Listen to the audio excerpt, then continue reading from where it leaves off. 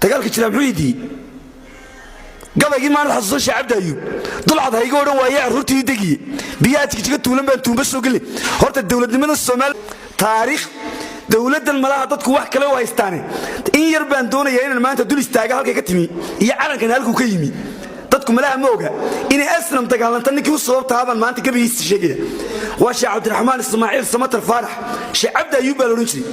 nina macallin Umar loorin jiray isqabteen naabuuri markaas waxay la salaasay kursigiisna kuuri ka kac uga kacay wuxuu yiri maana tartara maana jarmala maana jeesaska ayuuba maana turkiya maana talyaaniga maana timayar soodana doorkii makaanka adimaameyna galabtii min wara ayaan kula shiraameeyay iyo xay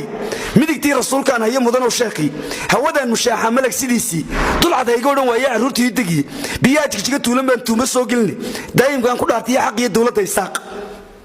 daayimkan ku dhaartay xaq iyo dawladda